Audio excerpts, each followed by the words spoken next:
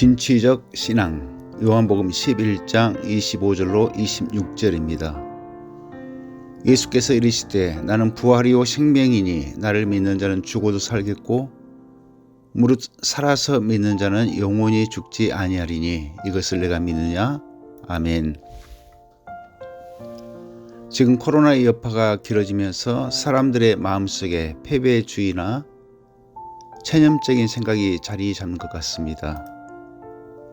어쩔 수 없는 것 같지만 자연의 거대한 힘에 순응해야 된다는 그런 일부의 생각들이 생각보다 많이 퍼지고 있는 것 같습니다.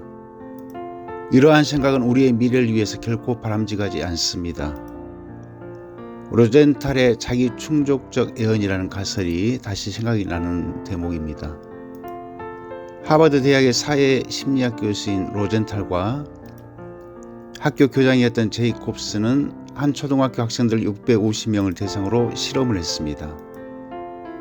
무작위로 그중 20%를 선발하여 그들에게는 IQ가 크게 향상될 수 있다고 말해 주었습니다. 8개월 뒤에 똑같은 검사를 했는데 놀랍게도 다른 아이들보다 그 말을 들은 아이들의 평균 점수가 4점이나 높았다고 합니다. 이것을 자기 충족적 예언이라고 하는데 말하자면 자신의 가능성을 높게 보고 스스로에 대한 기대나 믿음을 가진 사람들이 자기 자신의 운명을 바꿀 수 있다는 것을 의미합니다. 할 수 있다고 생각하는 사람들이 그렇지 못한 사람들보다 더 나은 수행 능력을 보인다는 것이고 병을 치유할 수 있다고 믿는 사람들이 그렇지 못한 사람들보다 더 좋은 결과를 보여준다는 것을 뜻합니다.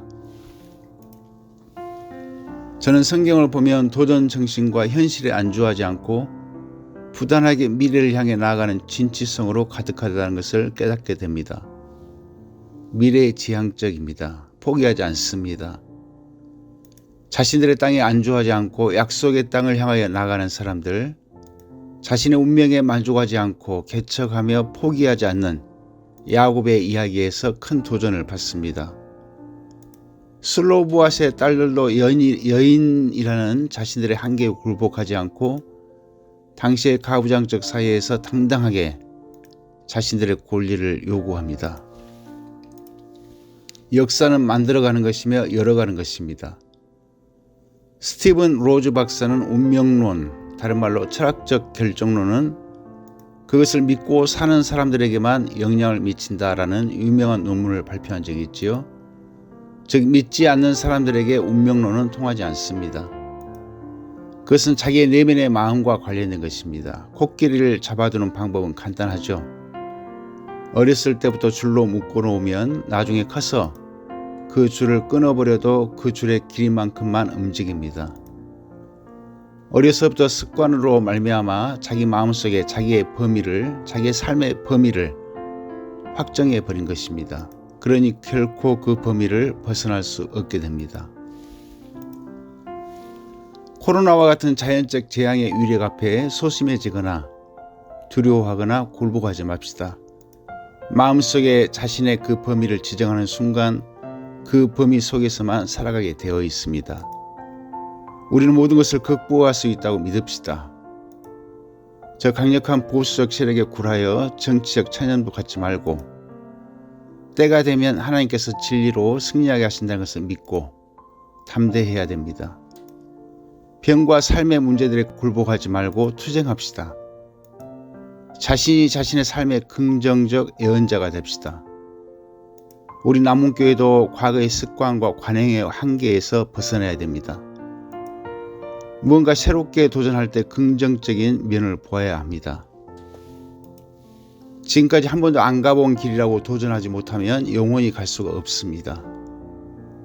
로젠탈의 자기 충족적 예언이 시사하는 바가 많지요.